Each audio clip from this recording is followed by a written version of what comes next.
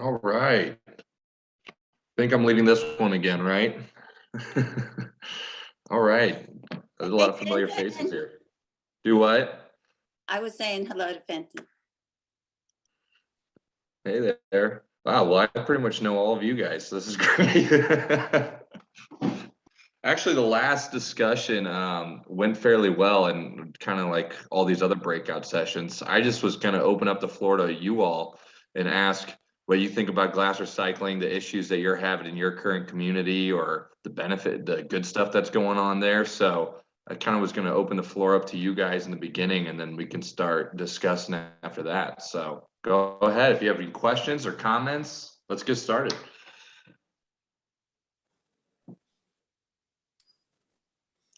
We kind of touched on this a little bit in the last one also, because, Oh, really? well, because glass is, what community takes it, Yeah. where can you take it, and that type thing. But my community doesn't take my glass, so I bring it here to the office, and our office contracts with someone to pick up our glass. And Okay.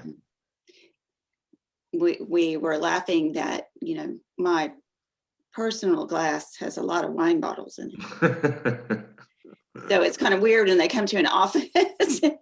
Ben's got The full glass, yeah, wine bottles. You know what's funny? That's actually one of the biggest. We just started a curbside collection in Kansas City for glass, and one of the biggest complaints we've gotten is they don't want their glass being visible. They don't want anybody seeing what they're doing or anything. And it's funny because this is common throughout the whole region we work in. And this guy that's doing a curbside collection down in Arkansas, he sells just lids to the totes for an extra, like, he makes a huge profit on it. It's like an extra $15 a month to have and people are like, give me a lid, give me 4 of them, because I don't want anybody seeing what I have. But it's funny because he's like, everybody is saying, like, he's like, this whole neighborhood is freaking out about it, but they all have the same amount of liquor bottles and everything. So it's like if they all just opened up and were like, hey, we all like to party, so maybe we should all get together. It's funny though. So you're in good company, Jeanette. Makes me wonder if you can recycle cork. Corks? Oh, That's a good question, actually. Josh, check in. I think I need to. Yeah, because we do accept lids and labels, and with some of the lids, we're able to recycle like the aluminum lids and stuff like that. But I don't know what we do with corks or if we do anything. That's actually a good question. That'd be interesting. I really want to know what gets Ripple Glass in town. And I know this makes you sound like you're just advertising, but McAllister doesn't have glass recycling. We had it up until last year, and then the city decided to not. And I don't have a full explanation or understanding of why. Okay. But I just want to know what could happen. So what were you guys doing? You said you were recycling glass. How was it going when you first were doing it before you quit? We don't actually do it, but as I understand it, I believe we were taking trailer loads up to Dublock in Okmulgee. Okay. Yeah. And you were hauling it yourself, or the city was hauling it? Correct. The city was hauling, I believe. So it was a cost the city was consuming, and maybe that's something they couldn't do anymore. Yeah. So typically the issue I hear from a lot of folks is, and this is common with glass, unfortunately, right now, it's not a big money maker. So it's not like your aluminum or cardboard where you're going to be getting rich off of glass. But for different places, you could actually save a lot of money, because depending on your tipping fees or how your recycling system's set up, having glass in there may be really expensive. Or you might just have to throw it in the trash, so those tipping fees go up. I know a recycling center, a lot of them don't like collecting it, because a lot of them, if it's a contaminated single stream glass, they don't have any outlets for it, and then they're just having to shift it down to the landfill or take it somewhere else, and it's going to be a long haul, which is going to cost them an arm and a leg. So it comes down to the transportation at the end of the day. And so what we do, that we try to alleviate that pain, it's an unfortunate way of looking at it, is the way we recycle glass is by alleviating pain from a company or a community that just wants to recycle it and they're tired of losing money. Like I'll give one example: the Shawnee County in Kansas, the city of Topeka, really. They were collecting glass, but didn't have an outlet for it because it was too contaminated. And so they were hauling all of that glass over to the landfill. And I forgot the exact number he told me, but it was tens of thousands of dollars of just hauling glass to the landfill. So they're taking it to the trash and then paying for it to be trashed. And they were so frustrated. And actually, I always give credit to Bill Sutton over there.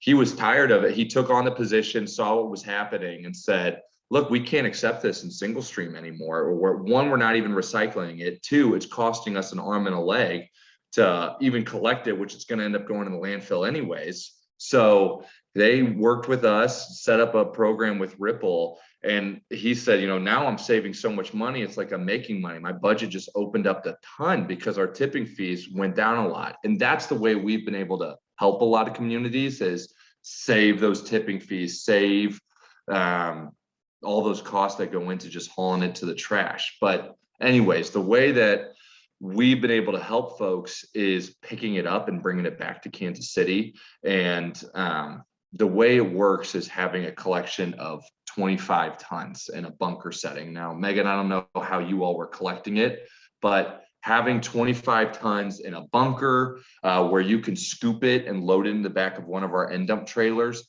that's what makes it affordable. That's kind of the secret recipe to making this work, is having enough glass to justify a haul to picking it up and bringing it back. Because unfortunately, unless your processing plant is in the same town, it's just going to be too expensive to move, a roll cart or a roll-off bin of glass. So you have to be able to make the most out of each haul. So the way we set up a program is having a community first off build a bunker. And I don't know if you know what I'm talking about, but it's a concrete slab and then with 3 walls. Like picture your like Tractor Supply or Orscheln when you have the mulch piled up in there, the concrete blocks that are stacked up. So it's 3 walls and then it's a concrete slab, and you would literally loosely load the glass in there. The glass is just thrown in there, smashed up, it's not in boxes or anything like that. It is just glass in there.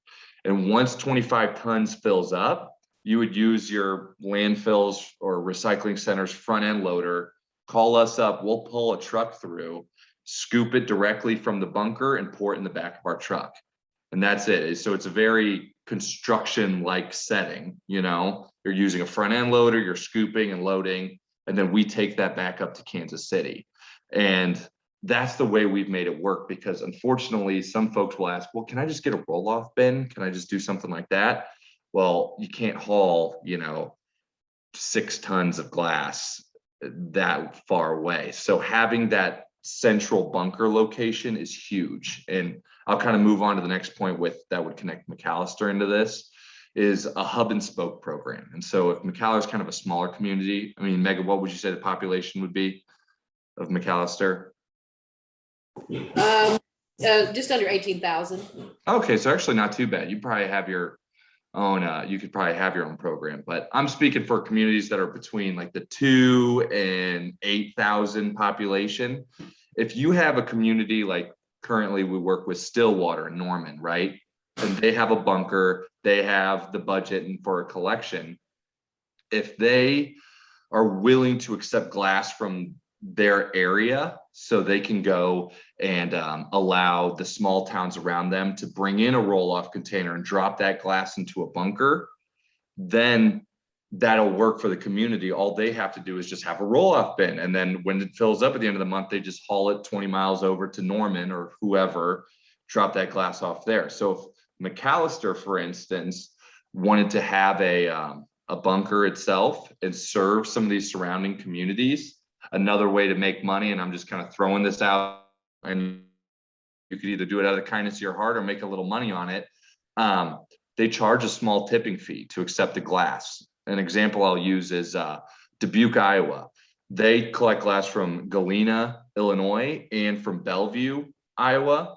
So they allow them to take a roll-off up and dump it in their Dubuque bunker, but they charge a small tipping fee. Now, it's nothing like you'd see at a landfill. They're just covering really the labor costs and maybe a little extra. So everybody's happy at the end of the day, because Bellevue's recycling glass, their community's recycling, they're bringing it up to Dubuque and they're already saving money because they're dumping it in and paying a much smaller tipping fee than they would have. So kind of stemming off of that is having this one bunker where everybody can bring their glass and collect 25 tons that can justify a company like us to come pick it up and bring it back. So of course it's still not, you're not making millions, right? But it's just, you bring that option. And I would say the one other thing, since it's not a big money maker, the positive part that we bring to this is it's a very easy program. And I talk to a lot of our customers, making sure they're happy, but really all you do, let's just say you have a roll-off bin somewhere at the grocery store, you take your glass, you're dropping off there, you pick it up every 2 weeks, haul that to the bunker real quick, drop it off, bring it back, and then load out. There's not much involved. You have about 45 minutes of total manpower that you're using on a regular basis. Once the bunker fills up and it's time to load out, it takes 45 minutes or so. So you have one man loading out, and that's an entire commodity right there. So this isn't like, you're not bailing anything, you're not doing all of that kind of stuff. You're just throwing it in a bunker and loading it out when the truck gets here once a month or once every few months. So that's the positive part of, I guess, this whole operation is, even though you're not making a lot of money on it, that's just the way the industry is right now. It's easy. So you're offering this commodity to your residents and this whole community for very little work and very little labor cost with there. So I'd be curious if we could maybe talk with whoever's involved with the city of McAllister, or Megan, we could talk offline a little bit and see if something like that could work down the road. We'll see what we can do. Absolutely. Yeah, Thank you. absolutely. All right, I see that there were some comments here. Okay. Jeanette, that with what we can do with our corks. Oh, okay. I like the corks topic. I'll bring it because, we actually have been trying to be a zero waste processing facility for some time now. Now we're at like 99% overall, but it's stuff like corks. We do throw away the corks, and I know it's a very, very small portion, but that would be neat if we could find a outlet for that. I know we got some other folks on here. So does anybody else have any questions or comments? Fenton, I see you're here. I know we used to talk in the past, but I think you were on the cusp of retirement and taking it easy. So how are you doing? I know it's been a couple of years since I've seen you. I'm very happily retired. No more, yeah. Recycling can kind of suck the life out of you a little bit. So good. I'm glad you're doing it. Well, still very active, but Okay, great. retired. Yeah. Are you in Oklahoma City still?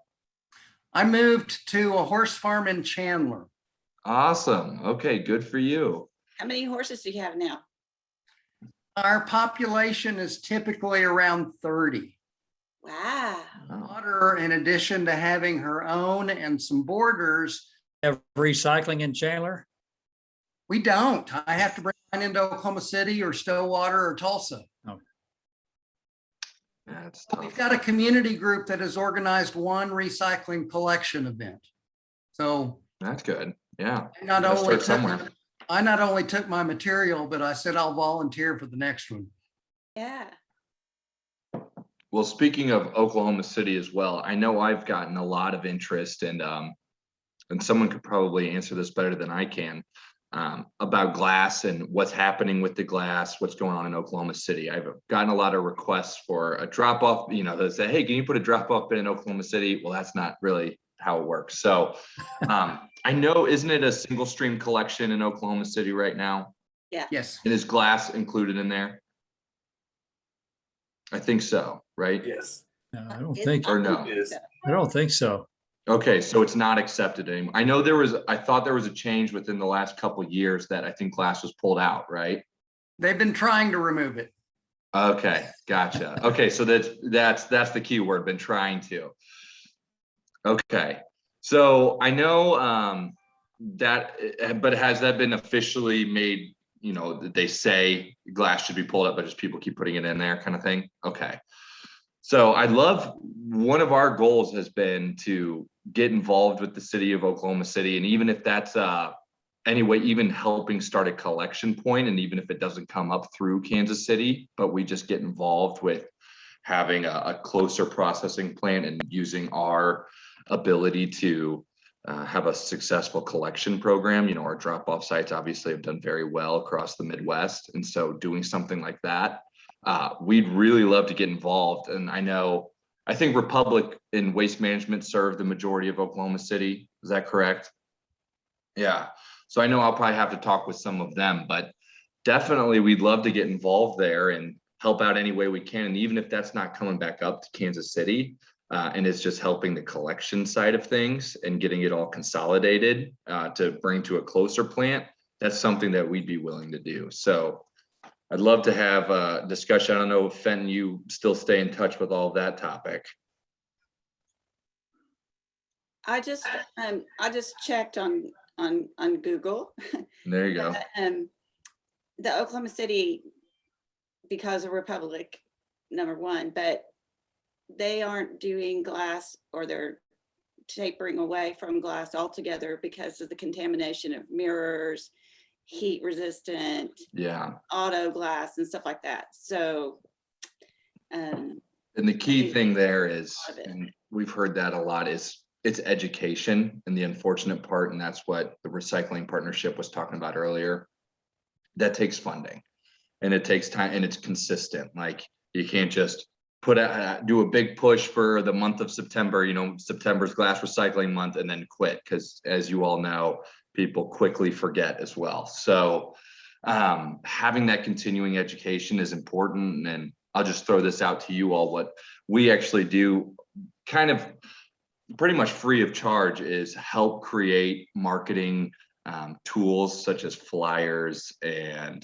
postcards and mailers that we've put out that just highlight glass recycling and where you can find, let's say, your drop-off location or the bunker you can bring your glass to, just to help with the consistent push. Because unfortunately, if a community or a county doesn't have the funding for it, it's tough to really push the agenda for a clean glass stream. Now, I can give kudos to a lot of our customers that are really avid about it, is they don't have a lot of issues with their glass because they're constantly promoting it. And one of the highlights we like to make about our branding is, as you've seen Ripple containers, or if you haven't, you can look it up. It's a purple container with the glass with the wings, and it says recycle your glass here. And we have funny slogans we tie on there.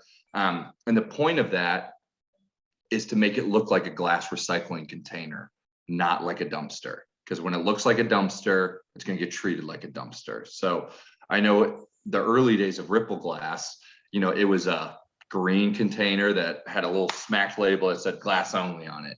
Well, you can bet your bottom dollar that everybody's going to throw whatever they want in there because it looks like a dumpster. But then when we started this branding and these logos and making it really look aesthetically pleasing to the eye, people started treating it like a glass container because that's what it looked like. So another thing we do is offer a Go Purple program, is what we call it. And we just donate $1,500 to the community that's wanting to improve their glass recycling program, or if they're struggling with contamination and working with us, we'll just give these $1,500 to help paint their bin, put on decals that we use, we have a designer that we use to help create the logos that fit your dumpster, fit everything. So to make it look like a glass recycling container instead of a dumpster. So I love highlighting that. And that's something that we just really do free of charge. We just say, here you go, take this. We're going to help you put together an awesome looking dumpster where you don't have to worry about as much contamination, or at least it's going to help reduce it. So those are some steps we try to take to help reduce the contamination levels. Because I get it, everybody, that's the #1 problem we deal with as an industry. So we do everything we can to help out. Josh, what does it take to get one of your roll-offs into our community? Are you in Ada? Yes. Okay, I just talked to somebody in Ada in the last breakout discussion. So kind of like what I said to Megan, I think Ada would need, what's the population of Ada? Oh, 20,000 plus. Okay. So really what it would take is having whoever, if it's the recycling center, the landfill, or if it's the county itself, having a bunker that can store that glass, that would be the start of it. Is once the glass can be collected and consolidated into a spot where there can be 22 tons of glass, that's where we can be able to come down to 22. Ada and collect. 22 tons. Yep, 22 to 22 is the minimum we say. We prefer 25 because that's the maximum legal limit. So we're saying load that sucker on and it works, but 22 is that minimum. Okay. Well, years ago, we had a bunker built to collect glass, but it never really took off with the community. Yeah, they And weren't. so that bunker is being used for other things now, Okay. Well, when you sand and said it gravel wasn't, or whatever. yeah, right. Well, when you say it wasn't taken off, do you mean the people just didn't want to recycle glass, or it wasn't really Well, promoted? I think the city decided they didn't want to deal with it.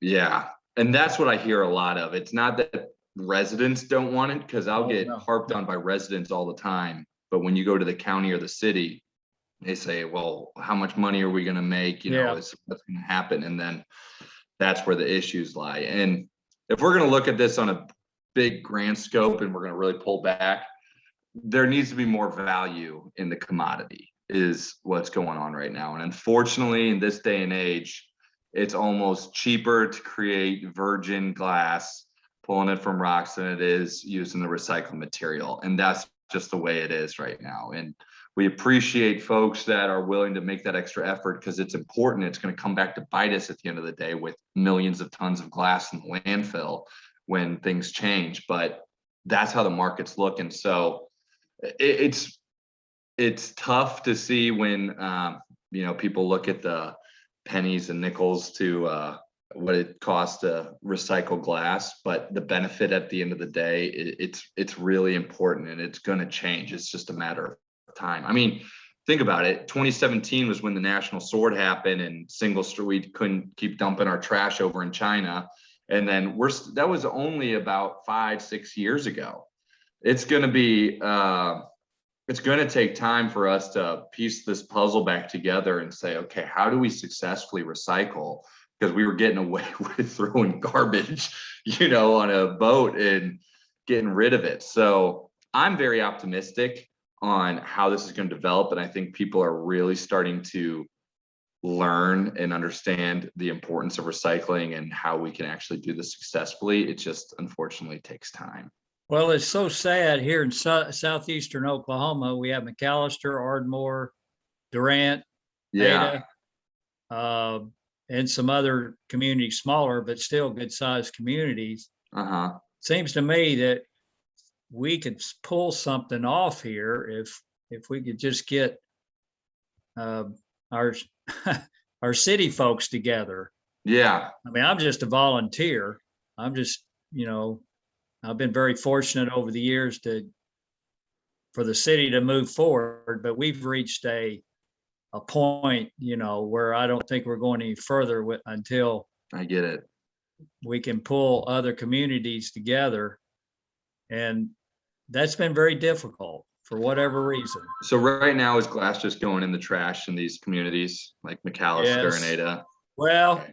now I take my glass, I'll drive it to Norman because I go there occasionally. I can drop it off in Norman. I pick You're up a good glass guy at that goes above drop-offs. and beyond. The average Joe probably isn't doing that. Yeah. Not a lot. Most people. We do the same kind of thing. We'll here in Yon, you'll find a citizen who collects some from their friends or their church members or something, but that's about it. Yeah. And that sounds about right.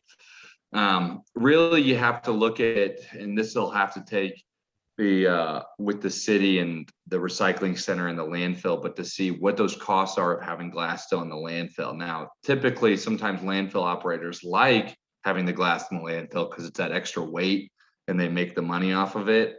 And I know that's unfortunate sometimes, and I don't understand it all, but having a certain amount of weight come in on a monthly basis helps make more money. So they want to keep glass in the trash.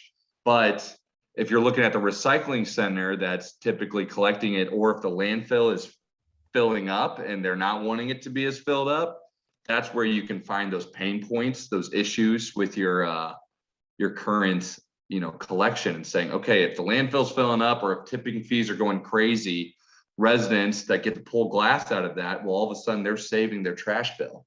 These trash haulers aren't charging them as much. So it's important to find that pain point in your community. Is your trash bill going up? And if you pulled glass out, how much would you save on a regular basis? It's little things.